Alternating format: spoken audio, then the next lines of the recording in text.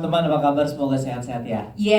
Semuanya sekarang lagi pada excited banget. Kayaknya semua mukanya semua pada pengen nanya gitu, punya pertanyaan ya. Tapi sebelum itu aku mau nanya sama Ko Ernest dulu. Ini kan Imaginary dibilang dari kemarin tuh take the risk melulu ya. Suka gitu ngerjain film yang beresiko-beresiko. Nah kali ini hadir dengan sebuah dokumenter, Iya. ya kan? Apa sih dibalik itu semua sebenarnya Ko Ernest? Di balik itu semua adalah semangat untuk melakukan hal-hal yang mungkin sulit untuk dilakukan kecuali kita punya PH kita sendiri. Jadi itu justru privilege-nya punya sendiri tuh gitu ya. Itu privilege saya dan Dipa sebagai PH sendiri mau bikin apa aja suka-suka gitu. Tapi ini menurut saya jadi dibilang sebuah percobaan yang sangat blind faith atau iseng-iseng enggak juga, karena saya yakin betul selain daripada Raisa dan Boim, saya tahu banget Soleh yang latar belakangnya jurnalis musik gitu. Skripsinya ketika kuliah pun tentang majalah musik. Saya tahu partner saya Dipa adalah seorang concert goer yang fanatik banget, sering banget nonton show musik. Jadi ini buat mereka nih sesuatu yang sangat passion banget gitu. Jadi ya bukan cuma sesuatu yang baru buat Imaginary, tapi juga sesuatu yang menyenangkan pastinya buat semua yang terlibat gitu. Asik, oke. Jadi emang banyak yang passionate dan emang langsung turun langsung untuk kerjain ini gitu ya. Jadi kenapa enggak dikerjain? Tapi kalau misalnya ada pertanyaan gini, Ko Ernest, ini emang Imaginary ini sengaja nggak sih nyoba-nyoba banyak genre gitu? Atau memang pengen punya karakter sebuah PH yang menggarap beragam genre? Sebenarnya sih nggak kayak terobsesi, Imaginary harus selalu beda-beda terus, sebenarnya enggak. Tapi kalau ada peluang untuk melakukan sesuatu yang baru, pasti buat kita lebih menarik daripada melakukan sesuatu yang udah sering dilakukan. Jadi di situ sih. Jadi ini peluang eksplorasi baru lagi. Di Indonesia juga kita nggak tahu ya. Maksudnya kadang-kadang kita tuh suka ngejudge penonton kita dengan terlalu sempit gitu, kayak kita mau bikin film hitam putih, siapa yang nonton? Ternyata nonton 600.000 orang ya, 600.000 orang nonton film hitam putih, kan aneh gitu. Nah jadi ya kita coba lah, kalau kita nggak coba ya kita nggak akan tahu gitu. I see. Dan setelah dicoba ternyata mungkin rasa-rasa nyoba terus sukses, nyoba lagi sukses lagi itu nagih ya Ko? Kayaknya sukses untuk sebuah project yang di luar pakem tuh lebih memuaskan daripada untuk sesuatu yang kita udah tahu lagi formulanya terjamin aman gitu. Iya. Ada satu keseruan tersendiri di situ. Betul. Alright, thank you Ko Ernest. Sama-sama. Aku mau beralih ke Mas Dipa dulu nih, bromance-nya nih ya. Partneran di Imaginary. Mas Dipa, ini kan Imaginary selalu menyuguhkan karya-karya yang emang ya itu tadi dibilang ya beda-beda, segar, berani juga bisa dibilang begitu. Kali ini kan dokumenter musik nih, ya kan? Jadi mungkin bisa jadi ini apakah ini akan menjadi salah satu pembuktiannya Imaginary gitu, bahwa sesuatu yang mungkin nggak biasa itu ketika dikemas dengan metode tertentu atau penyajian tertentu itu bisa juga jadi besar gitu. Pertanyaannya berat banget. Cek tes. Ada ya? Udah. Ya sebelumnya terima kasih teman-teman media yang sudah meluangkan waktu di sini. Sementara di luar masih ada 5 event lain yang sama besarnya ya. Terima kasih. Jadi intinya sih nggak ada pembuktian apa-apa. Memang kita setiap film pengennya membuktikan bahwa Imaginary bisa, Imaginary mau mencoba gitu. Kadang buat orang lebih sulit untuk mau mencoba kan. Jadi buat kita, kalaupun setelah kita coba amit-amit kita nggak berhasil, penyesalannya at least kita sudah mencoba gitu. Jadi kita mencoba ketika pertama kita diskusi bahwa yuk kita bikin film dokumenter, gua sama Ernest untuk berpikir siapa sutradaranya. Soleh Solihun itu membuat kita makin confidence bahwa kita punya partner Soleh Solihun yang lama di bidang wartawan musik. Kayaknya confidence kita akan semakin tumbuh, kita berpartner dengan Boim yang memang jelas di bidang musik. Jadi kita coba kerjain pelan-pelan sampai akhirnya hampir 2 tahun proyek ini bisa berjalan gitu. Jadi nggak ada, intinya kita setiap film pengennya membuktikan bahwa yuk kita bisa, kita coba gitu. Tapi di balik itu semua kita pinjam yang satu lagi mic-nya dulu. Di balik itu semua tapi pasti tetap ada ini dong, tetap ada harapan dan juga mungkin harapan yang dihitung gitu di balik itu. Nah kayak gitu-gitunya tuh bisa diceritain atau dibocorin dikit nggak Mas Dipa? Ada harapan yang dihitung dalam Excel ya. Iya betul. Ya intinya kita kita dalam membuat sebuah proyek yang baru atau yang nggak biasa, pasti kita membuat perhitungan bahwa kita mau mengambil resiko terlalu jauh atau seberapa jauh kita berani ngambil resiko. Tapi kita jadi ada batasnya. Oh, kalau kita bikin film dokumenter batasnya segini nih. Kita bikin film hitam putih segini nih. Kita bikin film Batak segini nih. Jadi kita memang jadi membuat sebuah standar baru. Oh, kalau bikin dokumenter tuh gini. Kita tahu bahwa kemampuan kita untuk bikin film dokumenter kita pertama kali. Jadi kita nggak mencoba yang pakai DOP termahal, pakai kita cari semua yang termahal, enggak. Kita bikin standar kita sendiri semampunya kita aja. Jadi kita punya harapannya juga nggak terlalu tinggi karena kan sesuai film Ernest di Cek Toko Sebelah, kalau kita berharap banyak nanti kita kecewa banyak. Benar. Tapi kadang-kadang sesuatu yang harapannya itu pas gitu ya, hasilnya yang diterima feedbacknya malah bisa jauh lebih membahagiakan gitu ya. Mudah-mudahan kita aminkan ya teman-teman semuanya. Terima kasih Mas Dipa. Oke, tadi udah ngobrol sedikit sama Imaginary, langsung pengen nanya nih sama satu cewek di tengah ini baju merah. Yes. Raisa. Ya. Gimana kabarmu? Deg-degan. Sis, gimana rasanya hari ini? Rasanya deg-degan banget, tapi pas masuk ke sini ngelihat teman-teman wartawan rame banget dan kayaknya antusias banget, jadi agak lega sedikit. Dapat energi balik juga dari teman-teman Betul. hari ini ya. Oke. Raisa, ini kan akhirnya tampil terbuka, Cil. Wah, terbuka tuh kayak buka-bukaan ya. Sensual. Bukan secara Bukan. fashion sih, tapi menampilkan sisi yang selama ini mungkin Raisa nggak pernah terlalu ceritain di mana-mana gitu, karena ada rasa ada sisi, kalau tadi kita nonton sama-sama di sini tuh kerasa banget Raisa sebagai manusia yang juga di luar dari semua prestasi yang dibikin dan juga semua ide-ide brilian gitu ya dan pencapaian, itu tetap punya sisi vulnerable dan nggak malu-malu untuk ya udah nangis di situ, ya udah deg-degan ya di situ, pasrah ya ada di layar itu tadi semuanya. Apa yang bikin kamu akhirnya berani untuk nampilin sisi itu sih? Sebenarnya sih aku merasa kalau dalam dokumenter itu ya yang pasti yang paling mahal itu adalah sisi-sisi vulnerable itu sih. Yes. Yang mungkin karena aku anaknya kurang konten ya, jadinya mungkin itu nggak bisa selalu ditunjukkan gitu. Okay. Jadi kebetulan di sini kita tiba-tiba ada kamera, ada apa segala macam, jadinya tertangkap nggak sengaja gitu. Tapi aku juga nggak ada niatan untuk hari ini nangis kan. Enggak ya. Buat yang diharapin kan Soleh kan. Kang Soleh. Nggak ada gitu. Jadi semua yang ada di film ini tuh aku merasa sangat organik, sangat jujur, sangat asli. Jadinya itulah yang bikin film ini sangat spesial buat kami. Oke, ya of course ya, karena mungkin akhirnya terasa sangat eksklusif rasanya. Iya. Ini tuh kayak sesuatu yang selama ini kita tunggu-tunggu, pengen tahu aslinya Raisa tuh kayak gimana sih di balik layar, di belakang panggung tuh kayak apa sih? Di sini kita dapat gitu pengalaman gitu. Dan setelah film ini rilis, ya nanti tanggal 6 ya. Iya. Tanggal 6 rilis, kan di film juga kalau nggak salah tadi ada potongan bahwa kayak konser apa lagi ya gitu, ada rasa seperti itu gitu. Sebenarnya memang pada saat menyajikan film ini gitu ya, apa sih yang pengen di-share sama Raisa? Macem-macem sih, tapi sebenarnya aku senang banget bisa dapat kesempatan untuk bisa nge-expose orang-orang yang ada di belakang aku gitu loh. Karena menurutku mereka adalah unsung heroes in my life. Jadi mungkin teman-teman pasti udah tahu Boim, udah tahu siapa gitu, tapi nggak tahu kan seberapa dekatnya kita menjalankan proyek ini bersama, seberapa ya pokoknya blood, sweat and tears lah gitu BTS. yang kita harus keluarkan untuk mencapai satu proyek ini gitu, dan nggak ada yang instan gitu. Jadi aku pengen teman-teman tuh bisa ngerasain deg-degannya, ngerasain keputusasaannya, dan ngerasain bahwa oh ternyata bikin satu event yang kayak gitu tuh bukan cuma dari 2019 doang gitu, tapi dari perjalanan karir kita awal, kita tuh udah punya goals yang seperti ini gitu. Jadi emang sesuatu yang nggak instan tuh nantinya pasti akan lebih manis gitu. Yes, dan ternyata sudah udah termanifest dari lama ternyata ya.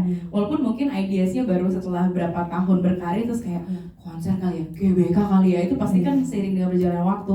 Tapi ternyata mimpi besar itu yang dipunya sama Raisa, sama Boim juga udah ada sama-sama dari lama gitu kali ya, mungkin kayak gitu ya. Oke, kita tadi ngelihat sama-sama luar biasa banget apa yang ditampilin gitu, dan perjalanannya Raisa di situ terlihat sangat jelas, dan even dari kecil gitu ceritanya. Even dari hairstyle, Iya benar, dari alis, dari alis, dari hairstyle, dari sebelah mana pakai blush on, iya, benar, dari posisi blush on, posisi kebelangan wajah kelihatan.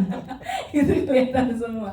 Tapi apa namanya, yang bikin penasaran adalah ketika akhirnya itu semua ditampilkan dan jadi konsumsi orang banyak. Karena di film juga Raisa sempat ngomong kayak, gue tuh ngeliat video ke gue sendiri aja geli gitu kan. Emang. Kan? Ini tuh kayak your whole life and your music career tuh dijembrengin gitu di sini. Nah, refleksi dirinya Raisa sendiri gimana sih pada saat ngelihat, waduh nih karya bener-bener ya isinya gue dari awal sampai sekarang gitu. How does it feel? Sebenarnya lebih menegangkan ini sih, nanti kan semua yang datang kan teman-teman, keluarga gitu ya. Iya. Dan ya maksudnya teman sepermainan gitulah. Terus untuk mereka nonton aku 1,5 jam gitu kayak, ih mereka nggak ya sama gue gitu.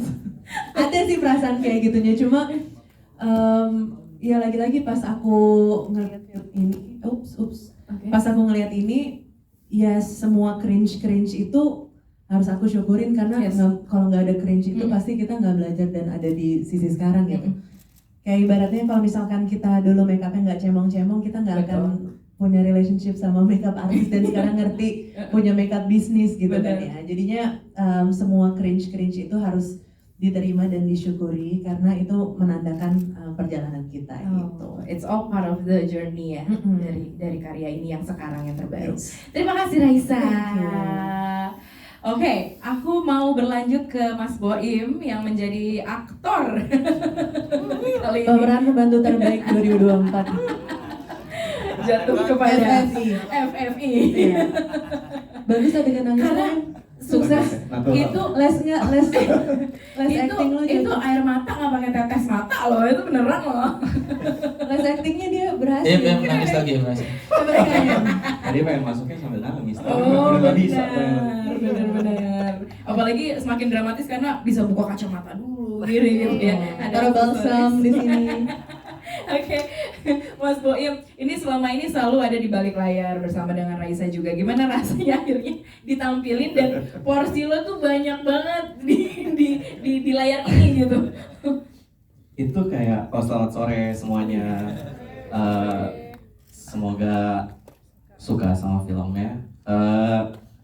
Gimana ya? Itu soalnya gini. Satu yang paling gue takut. Waktu itu gue bilang sama Dipa, sama Soleh, sama Ernest, gimana ya kalau nggak ada dramanya ya?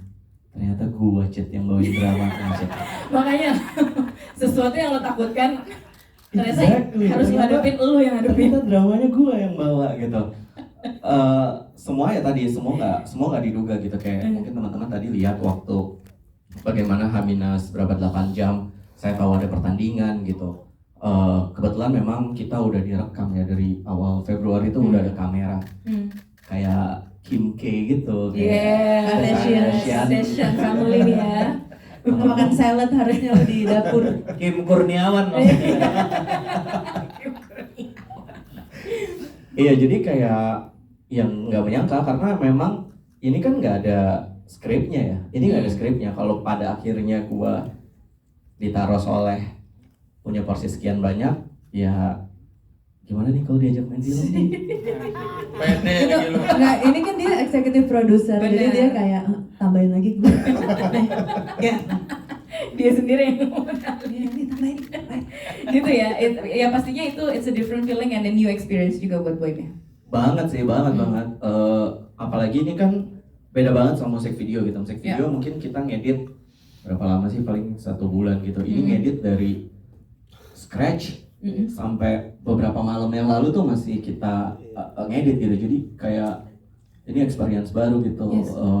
Tapi kan kalau appearance di movie-nya kan ya yang ngalir aja kan, karena memang footage-nya kebetulan ada saya, kebetulan yang bawain drama dan masalah-masalah juga saya. Jadi ya apa mau dikata. Dia yang bikin drama tapi dia juga yang cari solusi kok. Iya, benar. Oke, jadi pastinya diapresiasi. Dan ya ini jadi salah satu part yang apa ya, memberikan warna dan juga surprising juga. Dan Iya. sepertinya tadi kalau misalnya tadi Raisa bilang bahwa dia pengen ngenalin orang-orang yang pahlawan tanpa tanda jasanya Raisa itu bukan cuma bapak ibu guru ya, tapi juga semua anak-anak yang apa namanya selama ini ada di band sama Junior Records juga. Dan mungkin di situ bisa sama-sama kita apa ya, kita kenali lebih jauh juga. Soalnya nggak tahu sih, ini waktu ngobrol sama Yaya sih tadi nyambung pertanyaan Yaya. Ya. Kenapa Yaya mau? Sebenarnya kita punya misi juga buat ya industrinya kan besar. Oke. Benar tadi kata Yaya, dari satu orang Raisa yang teman-teman lihat, yang teman-teman cover gitu, ternyata kan ada wujud Raisa atau DNA Raisa lain yang bekerja di balik nama Raisa ini kan. Ini jadi penting karena ya tadi sih, kita pengennya generasi selanjutnya, apalagi ini sebuah dokumenter, bisa belajar tentang ekosistem musik tuh seperti ini ya bekerjanya. Bisa bermimpi juga seperti kita bermimpi gitu. Seperti saya dan Raisa bermimpi tentang perjalanan karir kami di musik gitu. I see. Dan sejauh mana berharap ini bisa jadi inspirasi untuk semua orang yang apa namanya berkarya di musik gitu, untuk bisa bikin sesuatu yang ini di luar musik loh gitu, tapi masih sejalan dan masih bisa nyampein pesan gitu. Ya pengennya sih film ini butuh bantuan teman-teman buat dikabarkan kalau film ini semua umur sudah pasti. Jadi pengennya generasi muda Gen Z bisa buat yang masih pengen punya cita-cita gitu di musik ya bisa dilihat gitu, banyak banget orang-orang yang terlibat di industrinya gitu. Jadi pengennya sebanyak-banyaknya anak muda di Indonesia buat bisa bermimpi ada di industri. Oke, terima kasih Mas Boim. Sama-sama. Oke, thank you teman-teman. Yuk kita lanjut yuk, langsung aja kita tanya ke sutradara dari Harta Tahta Raisa, Soleh Solihun. Kang Soleh sudah pegang mikrofon. Iya. Mau disapa dulu mungkin teman-teman media. Assalamualaikum warahmatullahi wabarakatuh. Selamat sore, terima kasih ya sudah datang ke press screening Harta Tahta Raisa. Yes. Lebih memilih kita daripada Iwan Fals misalnya. Emang iya hari kita. Astagfirullahaladzim. Gak usah di Ingat, Lu kalau mau ngomong kayak gitu, gue nggak bolehin frame. Iya. Ntar gue yang kena. Betul. Karena gue penggemar, jadi gue tahu. Maksudnya lu pengen kesana? Pengennya ada di sana dia. Enggak lah, ngapain gue kesana? Gue wartawan. Tapi kan di sini berlaku seperti Ya, ini yang selama ini dilakukan. ya, terima kasih sebagai sudah menunjukkan jurnalis. kecintaan pada kami ya dengan menghadiri undangan dari Publicis. Dengan demikian KPI Publicis masih tetap baik di mata Imaginary. Yes. Dipertaruhkan nih, Nazira Cainur dipertaruhkan nih. Apakah dengan ada 6 event masih bisa menghadirkan banyak wartawan? Ternyata bisa. Boleh tepuk tangan dulu untuk kita semua. Untuk Anda semua, terima kasih rekan-rekan wartawan. Kang Soleh, ini menyutradarai sebuah dokumenter musik. Iya. Ya. Ini seru banget. Ini sebenarnya hal yang jadi sutradara udah beberapa kali. Ini film keberapa nih Kang berarti kalau total? Kalau sendiri film kedua. Film kedua. Kalau berdua sama Monty film keempat itu kan. Film keempat. Ya, Tapi ini baru pertama kalinya dokumenter musik. Iya. Yes. Dan akhirnya kita tadi sama-sama udah screening dan siap tayang nih ya kan minggu depan kan. Rasanya gimana, Kang? Rasanya biasa saja.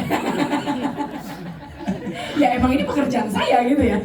Ya rasanya senang lah, dapat kesempatan yang langka dari Ernest dan Dipa sama Boim dari Imaginary dan Junior Records untuk mengerjakan proyek dokumenter ini kan. Saya rasanya tidak mungkin ada PH lain menawarkan proyek seperti ini. Jadi saya sangat berbahagia ketika Dipa nanya, "Leh mau nggak?" "Mau dong," gitu. "Saya suka musik, musik, aku cinta musik." Ini siapa duluan yang approach sebenarnya? Dari Kang Soleh dulu apa gimana? Dari Boim dulu. Boim ngobrol sama Dipa, terus ternyata mereka tuh pernah ngobrol beberapa bulan sebelumnya, terus Dipa ngajakin gua meeting, "Leh yuk kita ketemu Boim. Boim pengen nanya-nanya soal film dokumenter, pengen bikin dokumenter Raisa." Nah, pas waktu meeting pertama itu, gua bilang sama Boim, enak nih kalau ada sebentar, siapa lagi nelpon nih? Astaga, kurir deh kayaknya kurir. Anak gua di situ. Jadi Ica tolong itu. Ya. Jadi waktu pada udah dibilangin nanti tunggu di situ, mohon maaf ya. ini kebapaan, saya bawa anak kerja, bagus tuh buat berita. Lumayan dapat satu angle lagi ya guys. Tapi nggak usah ditulis, yang ditulis ini aja udah. Fokus. Jadi waktu meeting Boim sama Dipa nanya mau ngobrol-ngobrol soal film dokumenter. Boim bilang, gue pengen bikin karya lagi yang mengikuti momentum konser GBK. Oke. Gimana ya, gue pengen bikin dokumenter. Nah waktu meeting itu gue udah kebayang ceritanya seperti apa nih dokumenter. Gue bilang sama Boim, enak kalau ada momentum kayak gini. Bikin dokumenter tuh biasanya kalau ada momentum-momentum khusus lebih enak menjahit ceritanya. Gue waktu itu cerita sama Boim, diginin aja nanti ceritanya gini nih. Tanpa gue tahu bahwa Dipa bakal tertarik. Gue nggak ngerti ya, mungkin waktu itu juga belum tertarik sebetulnya Dipa. Masih ragu. Dia soalnya nggak bilang Imaginary mau garap, dia cuma bilang Boim minta saran, mau diskusi. Jadi lebih ke ngasih masukan waktu itu ya. Iya, gue ngasih masukan, diginin aja gini. Taunya pitching. Taunya malah Boim kayaknya menarik juga nih, udah punya visi nih orang. Kan gue nggak berani bilang, ayo kerjakan. Lah siapa yang mau modalin? Iya. Takut dia melihat lu ya. Iya. Tapi dari awal ketika Dipa bilang Boim pengen bikin dokumenter Raisa, gue memang udah terbayang kalau menggarap dokumenter Raisa itu pemeran utamanya Raisa, pemeran pendukungnya Boim. Karena gue kan kenal Boim dari zaman dia masih reporter di Hai itu. Waktu itu dari dia baru nge-handle Raisa, dia bilang, gue lagi memanage artis baru nih, Raisa namanya. Jadi gue tuh tahu Raisa dari Boim, bahkan sebelum tahu ada sosok Raisa. Boim bilang pas liputan ketemu sama gue, gue lagi mau ini penyanyi baru nih namanya Raisa, nanti datang ya ke press con-nya. Nah, karena gue tahu dari awal album pertama Raisa sampai sekarang di GBK, gue menyaksikan perjalanan Raisa, makanya gue udah kebayang ini enak nih dibikin ceritanya seperti apa, dan harus ada Boim di situ. Karena gue percaya Raisa jadi seperti sekarang ini bukan cuma karena Allah, tapi karena Boim. Bukan, Boim tuh dikasih dari Allah. Iya. Yang tuh. Masih ya gitu. Lewat Boim. Jadi gue dari awal memang ini, tapi gue tidak menyangka bahwa bakal bagus hasilnya dia nih si manajer pemarah ini. Tadinya sempat mau Boimnya diperanin Angga Yunanda ya. Iya. Biar lebih ganteng gitu lah. Biar beda ya. Ya kan Harus biar. ada, Soalnya kalau ada satu frame Boim sama Yaya yang nge-grading kasihan. Gue mau ngikut yang mana nih? Boimnya tolong dinaikin warnanya nih. Gua hilang kayak hidung gua. Iya, terlalu gelap nih. Dari awal memang gue udah punya visi bahwa ini harus ada Boim dan Yaya. Jadi ibaratnya seorang Raisa ini tidak mungkin ada di sini kalau Boimnya tidak sebagus itu kerja jadi manajernya. Tapi gue tidak mengira bahwa ternyata seiring berjalannya dokumenter, si pemarah ini menarik sekali. Ternyata ya. Anaknya artikulatif, Betul. terus ekspresif, dan itu kan akhirnya aku mendapatkan yang aku cari selama ini. Drama-drama supaya dokumenter ini menarik gitu. Dia itu gua nggak ngira yang tiba-tiba pas itu yang adegan menangis di meja makan tuh itu momen pertama kali wawancara setelah konser GBK ya. Itu kamera satu hari setelah. Kita cuma masang kamera 2 terus bilang, silakan terserah kalian. Memang ini kan mereka berdua setelah kalau habis event besar selalu ngobrol. Jadi itu bukan sesuatu yang saya setting. Saya ini hanya mengikuti kegiatan Raisa seperti biasanya, cuma sekarang direkam aja. Jadi dia bilang, ya sehabis konser selalu ngobrol dengan Boim. Ya udah ini kamera gua rekam, lu pasang wireless, silakan ngobrol senatural mungkin. Ternyata keluarnya seperti itu, dia menangis, terus dia mencurhatkan segala macem. Ya gua sih bersyukur, alhamdulillah nih dapat nih gua dramanya nih yang dicari kan. Ya juga dari awal. Tapi apa ya hidup gua? Ya memang hidup dia ini diberkahi ya. Amin. Kalau Anda perhatikan ini kan relatif lancar gitu dari awal tuh kan. Kayak ini kayaknya masalah duniawinya hampir tidak ada seorang Raisa ini. Nah ini nih masalah duniawinya banyak nih ya. Pokoknya Raisa kalau ikut Dangdut Academy audisi gak bakal lolos ya. Iya. Hidupmu terlalu bagus. Nanti yang mau diolah gimana sama Irfan Hakim kan gak ada hidupnya bagus terus. Makanya pas anak gue sakit lu senang. Iya. Masuk rumah sakit, ayo sakit lagi gitu. Oh my God. Sakit, kasihan, tapi bagus banget kamera. Ya dilema lah dong. Kan kalau kita tahu ya rasanya punya anak sakit pasti sedih ya. Apalagi ini ada proyek penting, tapi dalam hati tapi ini bagus banget filmnya. Tapi kasihan ya. Apa ya gue juga kalau jadi Raisa harus manggung event besar, anak dirawat kan pasti kalut kan pikiran, gimana cara membagi konsentrasi antara gue kasihan tapi gue senang kasihan. Gitu aja terus ya. Untung gue profesional kan. Silakan ya cerita. Bahkan lu nggak menyuruh stop wawancara kan waktu itu, terus diperas sampai nangis kan? Iya.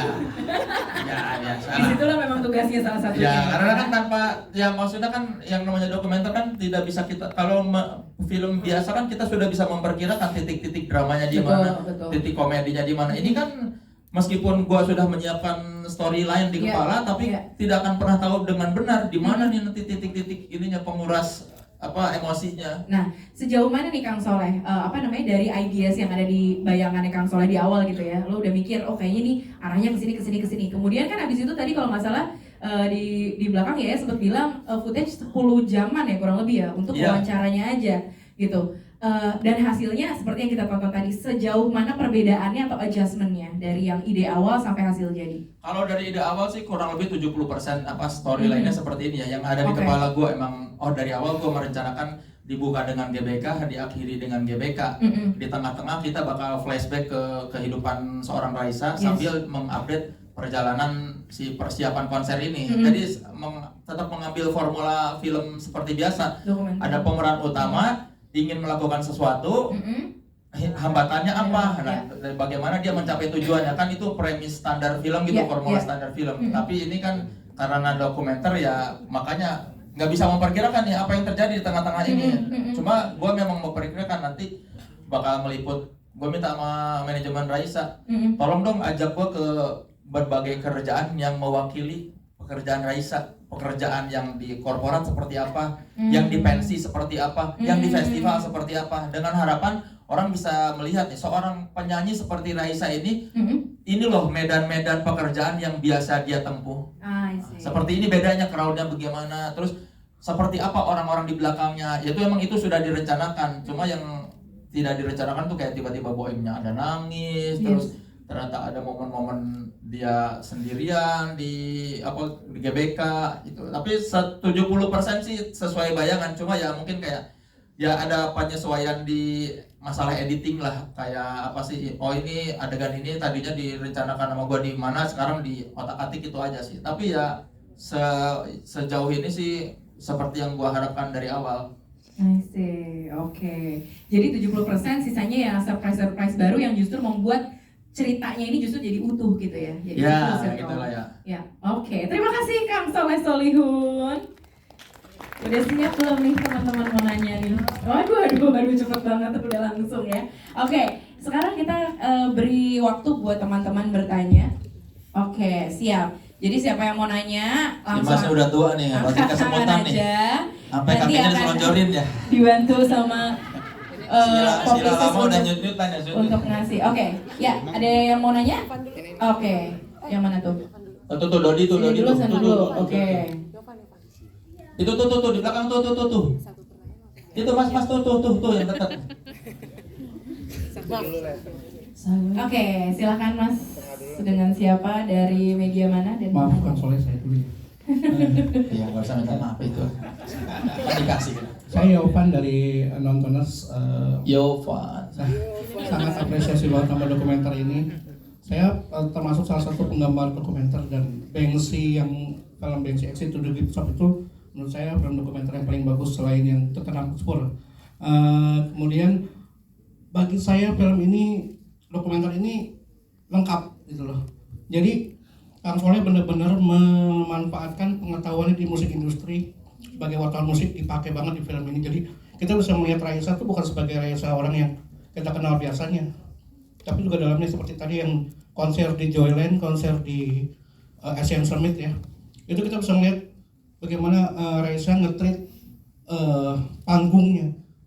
Aksi panggung itu beda gitu loh. Kayak tadi misalnya nggak bisa di Asian Summit, nggak bisa macam-macam, dan itu sensitivitas yang bagus banget dari Kang Soleh menampilkannya di film ini. Yang saya mau tanya itu adalah gimana sih itu footage 10 jam, kemudian juga dari konsernya juga kan harus dilihat juga gimana memilah-milahnya sehingga jadi satu cerita utuh seperti yang tadi Kang Soleh udah dalam pikirannya, apakah ada lawan diskusinya juga dengan produser mungkin Ko Ernest atau dengan Boim sendiri atau dengan Yayanya juga, sehingga dokumenter itu jadi benar-benar menampilkan Yaya. Dan Yaya sendiri ada nggak sih pertentangan atau konflik dengan Kang Soleh? Jangan begini, nanti saya jadi jelek gitu misalnya kayak gitu.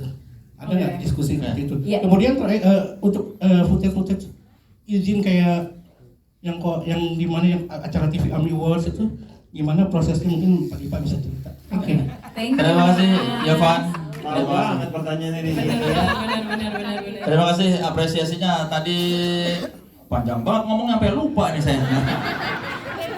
Tadi dia nanya izin, Oh, iya. itu izin yang Kalau footage izin apa? Kalau footage kebetulan Kelihatan nggak izin. menjawab yang terakhir aja ya, karena saya yang mengurus izin itu si AMI Awards itu, kebetulan itu ada teman baik di grup sana, jadi saya dibantu sama teman di MNC, jadi ya itulah gunanya silaturahmi ya, memperpanjang rezeki dan kolaborasi. Iya, kebetulan saya sama Pak Haritano ya sama-sama Iya. Cina. Dia tahu, sebangsa nih, gampang izinnya. Nah kalau itu izinnya kan mudah, sebetulnya semua mudah asal ada uang. Bagus. Nggak perlu gue jawab ya, Ya, ya. intinya Anda bisa melihat kalau ada footage-footage yang kira-kira wah ini ada biaya, itu menunjukkan keseriusan Imaginary. Jadi meskipun tadi Dipa bilang bahwa ya ada harus diukur, ya kita lihat kan serius sekali dengan dia mau mengeluarkan biaya untuk membayar itu rights. Jadi itu aja, angkanya tidak usah disebutkan, tapi Anda bisa lihat lah itu bahwa Dipa serius ketika Ya, intinya banyak lah, soalnya yang part ini nggak boleh diganti, ini nggak boleh diganti, ini nggak boleh diganti, kok makin banyak ya Leh? Ya itulah, jadi memang ada beberapa yang saya paksain, ini memang agak mahal, tapi kalau nggak ada ini tidak bagus. Enggak sih, nggak sampai gini-gini, biasa aja itu, bukan duit saya juga.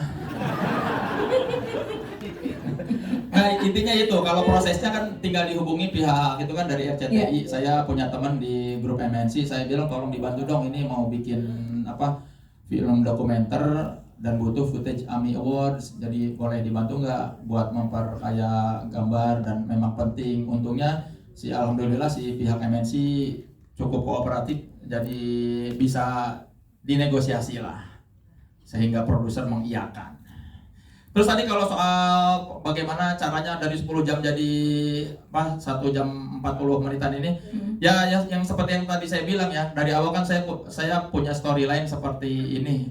Ini dibuka dengan konser GBK, ditutup dengan GBK, di tengah-tengah ayo kita flashback ke karir Raisa dan sambil mengupdate perjalanan konser GBK ini. Saya ngasih ceritanya seperti itu. Nanti saya minta di titik ini kita ke event ini ya, terus abis ini balik lagi ke sini. Jadi gambaran umumnya dulu kepada editor. Jadi awalnya gitu flow-nya. Saya ngasih gambaran storyline yang ada di kepala saya buat digarap editor.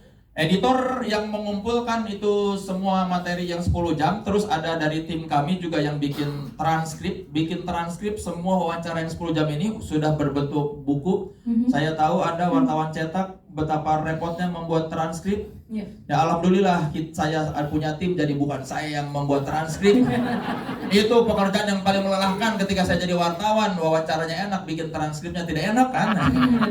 Nah itu goals banget deh. Iya, dibantu sama temen. Saya alhamdulillah saya tidak ada tugas transkrip, tidak menyuruh transkrip.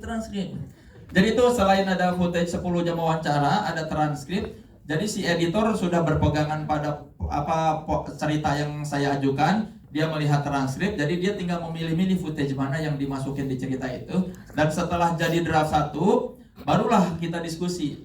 Saya, Dipa, Boim, Yaya, Ernest. Jadi setelah ada draft 1, baru diskusi, ini enaknya gimana nih dari draft 1 ini, apa yang kurang, perlu dirombak seperti apa si ceritanya, apakah adegan ini perlu dimajuin atau adegan ini jadi pindah. Dan saya nanya ya ada yang ini enggak yang mau ditambahin ya, mungkin ada yang belum dimasukin ke sini. Jadi kayak gitu. Memang semua ini dari draft 1 sampai akhir ini proses diskusi 3 pihak kayak Imaginary, Juni ini Boim dan Yaya dan juga Soleh Solihun. Ya seperti itu ya. Alhamdulillah saya dibantu editor yang kerja keras dan bagus. Editornya yang tadinya bukan penggemar Raisa, sekarang dia jadi Yo Raisa. Wih, langsung hafal semuanya. Nambah satu. Bagus tuh, editor meningkatkan kredibilitas. Apa? Nambah satu tim. Nama satu tim, ada dari organisme tuh, silakan ditulis kalau mau buat dia. Oke. Dan tambahan mungkin kali ya Leh, ini film ini kita bikin udah versi ketiga. Jadi waktu kita pertama kali bikin ada versi 1, versi 1 kita edit ulang jadi versi 2, kita edit ulang sekali lagi jadi versi 3. Versi 3 draft 1, draft 2, draft 3 dan seterusnya. Kita sampai dong ngitung. Karena buat 3 versi itu bedanya jauh ya bedanya jauh banget. Karena kita nggak punya skrip, nggak ada patokannya. Editor bikin draft 1, kita versi 1. Pada saat bikin versi 1, ya kita nggak ada yang bilang nggak suka. Karena kan kita nggak tahu patokannya apa, suka nggak suka. Editor ngasih saran, gimana kalau gue bikin versi 1 lagi, lo bandingin versi 2. Kita tetap suka, nggak tahu juga kan. Akhirnya kita bingung, kita tambah suara lagi, kita FGD dapat tambahan. Sebenarnya dari FGD itu kita cuma dapat masukannya sedikit, 25% lah. Tapi editor minta, nggak usah mas, gue bongkar semua, ulang dari awal. Jadi kita punya 3 versi yang awal sama endingnya beda. Jadi ntar kalau film ini udah turun, kita akan tayangin lagi versi 2, versi 3. Director's cut ya. Biar kayak Justice League ya. Trilogi ya. Gua kasih yang slow motion banyak.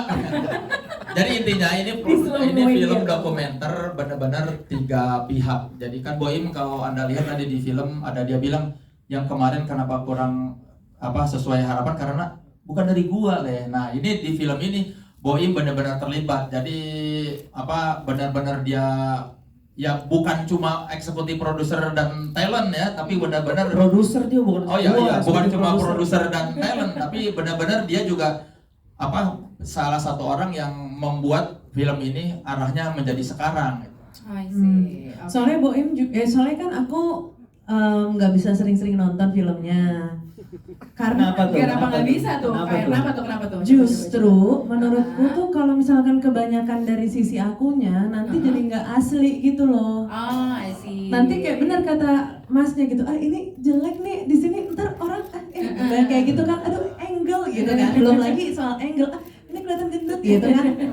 Jadi gue nggak mau kebanyakan kayak gitunya, makanya gue alasan doang.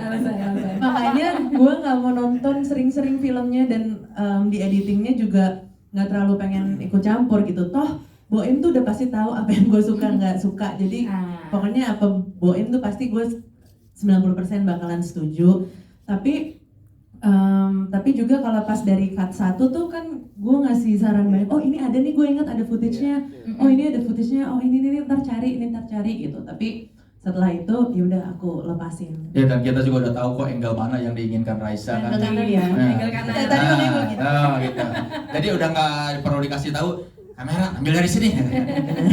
Jadi nggak ada komplain dari dia. Oh aku angle-nya benar semua gitu. Iya, masa gue kayak ke editor kayak cuma perkara angle doang gue permasalahin, kan nggak gitu, kan bukan video klip. Ya paling kalau misalnya yang dari dia yang dipegang itu ya Zalinanya nanti kita kasih footage-nya yang ya karena kan dia ada dari selama ini ya ada konsistensi soal menampilkan Zalina. Jadi kita juga tahu dari awal ketika ngeliput atau ngambil gambar ya udah ini kita biar enak nanti supaya tidak repot ngedit. Katanya Zalinanya mau dimasukin muka Kang Soleh. Iya nanti kalau ada yang keluar pas kayak kebalik gini dikasih pakai deepfake muka Soleh-Solihun. Filter Soleh-Solihun. Bayangin kayak abang apa? pantesan ditutup-tutupin ya. Pantesan ibu bapaknya rupawan kok ini kok ya. Pantesan ditutupin. Oke, terjawab ya pertanyaannya ya Mas ya. Terima kasih, thank you. Oke, Itu nggak jadi semua umur tuh. nggak bisa. Terlalu disturbing gitu. Tuh si Doni tuh kasih tuh. Mana. Next. Oke, udah. Oke, ya silakan. Halo, selamat sore. Sore. Saya Gregorius dari Media Gregoria. Pertanyaan Media sendiri ya? Kenapa? Media sendiri. Gregorius dari Gregoria. Iya. Pertanyaan yang akan saya ajukan mewakili Yo Raisa Official di Telegram. Oke. Jadi di sini ada 2 pertanyaan. Yang pertama itu datang dari AB untuk mungkin untuk Kang Soleh atau tim Imaginary. Yang pertama dari AB itu menanyakan apakah nanti akan ada cinema visit setelah rilis dan apakah akan ada nobar dengan Yoraisa? Dan yang kedua ada pertanyaan dari Fitri. Ini untuk Yaya langsung. Halo Yaya. Fitri nanya, seberapa sayang Kak Yaya sama Yoraisa? Thank you. Baper nih Insecure pertanyaannya. banget kayaknya masih perlu dijawab. Cuma pengen denger aja gitu ya. Words of affirmation, Words ya. of affirmation love language-nya Yoraisa ternyata. Aku dulu aja ya. Boleh?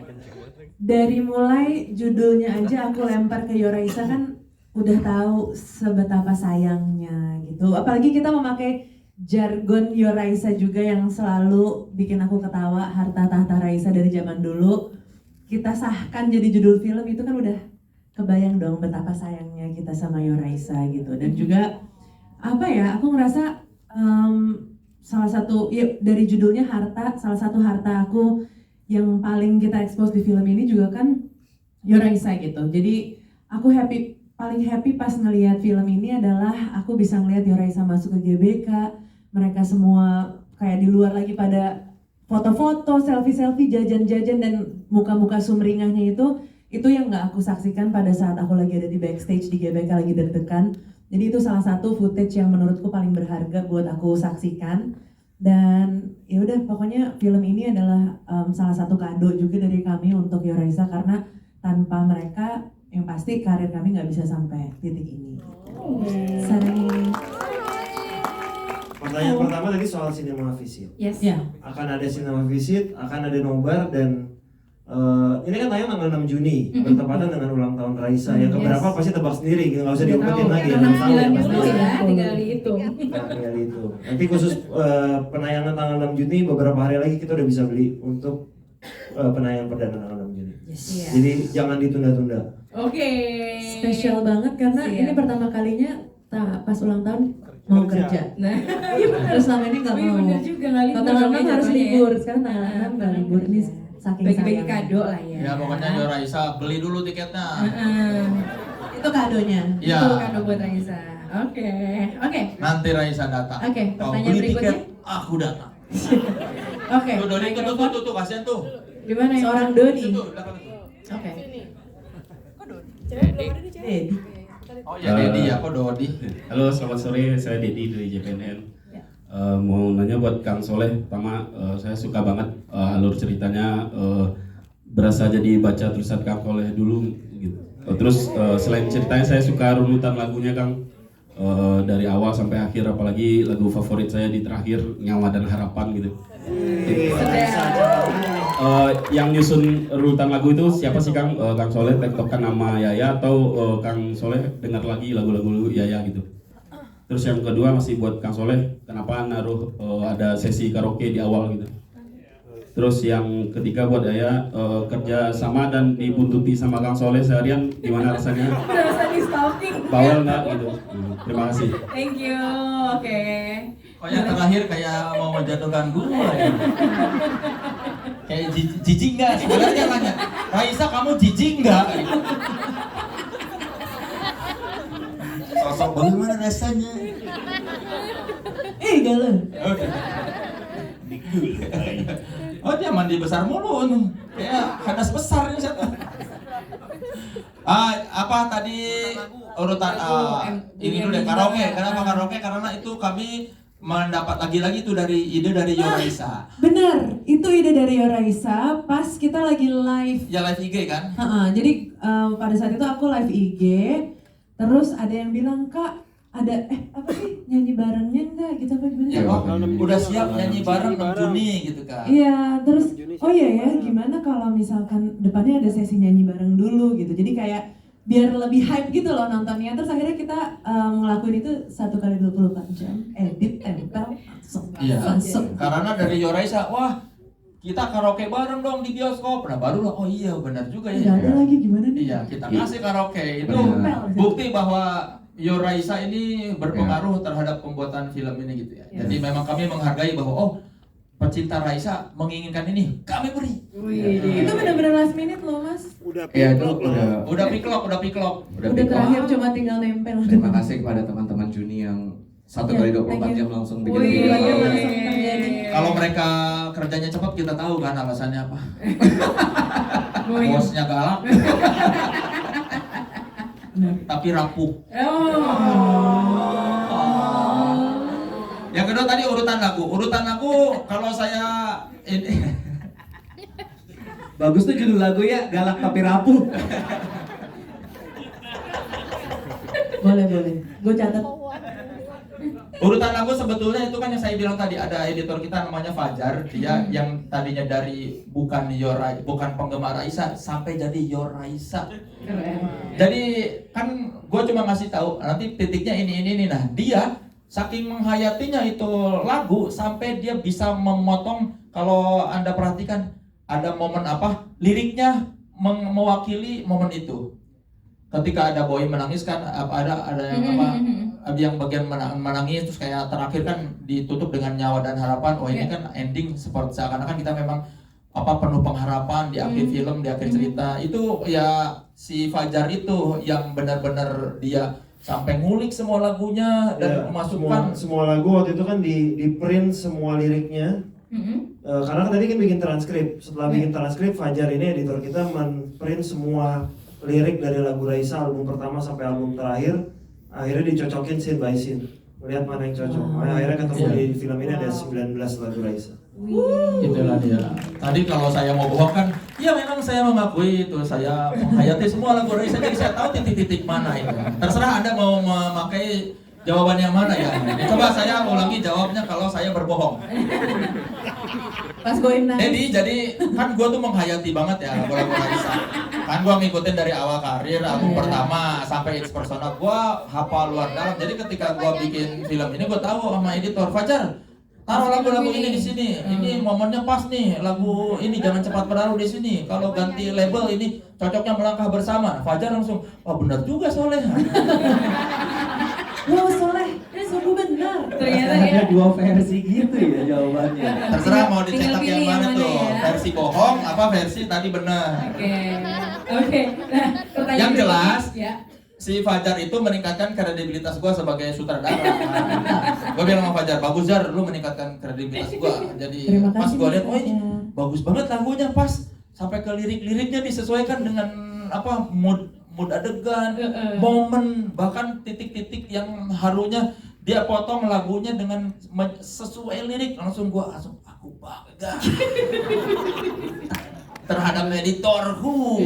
Orang awam tidak akan tahu, dia hanya wartawan yang tahu. Jadi saya akan dicap oleh orang awam, wah Soleh Solihun paham banget musik. Soleh Solihun ternyata adalah seorang Yor Raisa gitu kan. Oke. Tadi apa lagi, satu lagi lu? Tadi pertanyaan buat Yaya. Buat Yaya udah tadi di awal. Diikuti rasanya, diikutin rasanya. Jijik enggak? Pertanyaannya jijik enggak? Di refresh pertanyaannya. Sejujurnya pas awal-awal tuh deg-degan sih, karena kayak nggak tahu nih Kang Soleh mau approach-nya kayak apa gitu. Apakah dia akan nyeleneh, apakah dia akan memaksa aku mengatakan sesuatu yang kontroversial atau apapun, nggak ngerti bakalan kayak gimana gitu. Tapi lama-lama ternyata bestie sekarang. Gemini Sundanis. Apa coba kemarin? Sobat Gemini, Kemarin promo bikin masak-masak bareng, lo punya single. Iya, kita kan punya single bareng. Oh, ada yang jealous, sahabat namanya jealous. Promo kayak saya bikin. Kamu dilupakan kamu cancer sih. Raisa hanya berkolaborasi dengan Gemini. Ya tapi masa nggak ada ya momen dari sekian banyak pertanyaannya si mulut beracun ini yang bikin lo bete gitu. Toxic ya, toxic. Masa nggak ada sih? Kemarin kita ke agak lain dibilang, kok mau sih sama Kang Soleh toxic kan dia gitu. Toxic tuh buah yang lemah. Kalau Raisa kan kuat. Jadi nggak toxic, gue toxicin balik. Iya, menurut dia biasa saja. Soleh Solihun apa sih? Karena Raisa mentalnya kuat, bisa bertahan 13 tahun di industri dan menaklukkan GBK. Itu kan apa? Mentalnya kuat. Itu. Terhadap toxicity. Apa ya? Ada nggak sih? Nggak ada kayaknya. Atau mungkin nggak ada deh Kang. Yang lo nggak mau jawab gitu, yang lo nggak mau jawab. Sorry deh, kalau itu gue nggak bisa jawab gitu, nggak ada gitu. Sesama Gemini saling mengerti. Apa ya, paling kayak pertanyaan terakhir itu yang kayak gue tabok ya Kang gitu. Oh ada tuh, ada pertanyaan yang pengen ditabok tuh ada. Tolong ya, yang terakhir jangan ditulis di berita, itu spoiler. Itu ibarat nonton film action dikasih tahu pemeran utamanya begini gitu. Jangan ya, tolong. Itu soalnya pertanyaan sejuta umat itu yang terakhir ada dan akhir. Tolong jangan ditulis di berita ya. Oke. Jadi tulis saja kalau Anda ingin tahu apakah Raisa mandi galon, silakan tonton 6 Juni gitu. Tolong nih yang suka review-review apa nih? Mana nih? Nah, gini-gini nih. Atau apa yang review di internet kan nih. Tolong jangan dikasih tahu jawaban terakhir ya. Disimpan itu spoilernya tuh. Oke. Disimpan baik-baik ya teman-teman ya. Oh iya, mau ingetin juga kalaupun tadi teman-teman ada yang sempat mengambil gambar pada saat filmnya berlangsung, ini dilarang untuk menampilkan atau menayangkan, mengupload